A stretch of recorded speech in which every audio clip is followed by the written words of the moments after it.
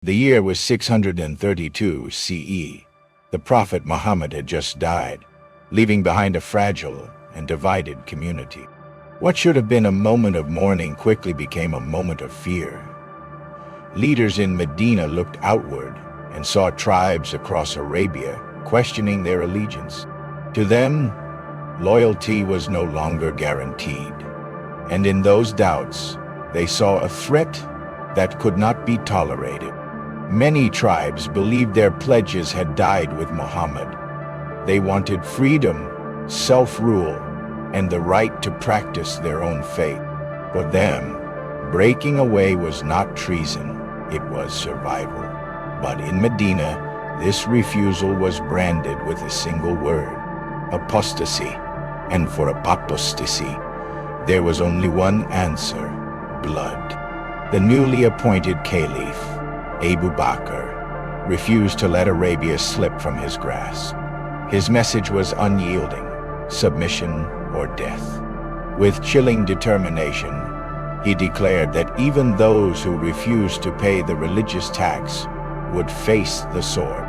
In his eyes, rebellion and disbelief were the same, and so the Ridda Wars began. It was not a foreign enemy they fought. It was their neighbors, their kin, their own blood.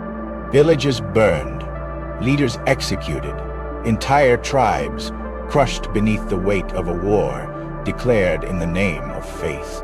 What began as a crisis of loyalty spiraled into a campaign of terror, one that turned Arabia into a graveyard of dissent. One by one, tribes were forced to kneel. Those who resisted were cut down, their voices silenced beneath the echo of swords. Leaders who dared to speak of freedom were branded traitors, dragged before armies, and executed as an example. The Ridda Wars were not just about belief, they were about crushing every whisper of disobedience. The deserts of Arabia drank deeply from the blood of their own camps, turned into killing fields, and families watched as fathers and sons fell together.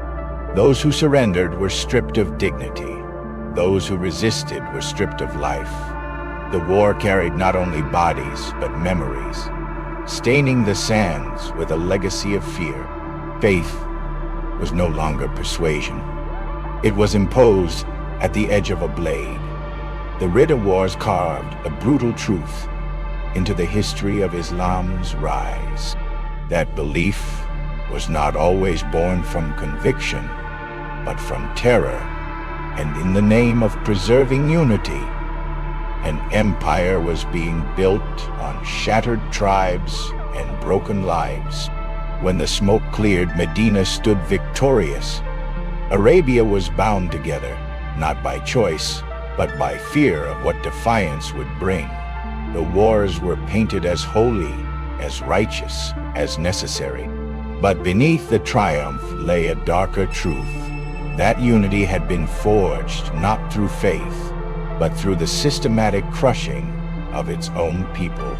Yes, Arabia was unified, but at what cost? Mothers mourned children who would never return. Tribes mourned elders who once held wisdom, and the desert itself carried the silence of entire communities erased. Unity was achieved, but it was a unity written in grief, not in faith. Centuries later, the Ridda Wars would be retold as victories of faith, triumphs of Islam's survival. But beneath the layers of glorification lies the darker narrative. A campaign where brothers killed brothers, and belief was measured not by devotion, but by obedience. The voices of those who resisted are gone.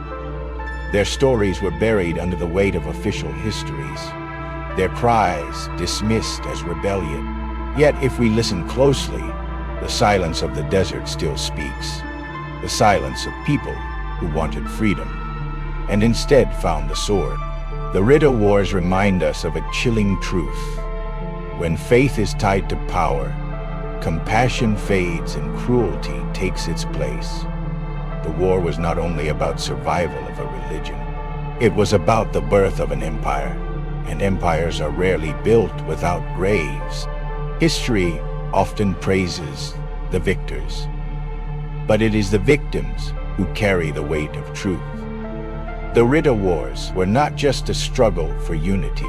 They were a tragedy of human lives, extinguished in the name of faith, and in every drop of blood spilled, we are forced to confront an eternal question. Was it unity, or was it simply conquest? The Ridda Wars were written into history as victories, yet behind every victory lies a grave. The empire survived, but countless lives were erased, forgotten, nameless, voiceless. What remains is not just the story of conquest, but the human cost of power. Children without fathers, tribes without elders, a faith tied forever to the memory of the sword. This is not only history, it is a warning, for when belief becomes a weapon, humanity itself becomes the casualty.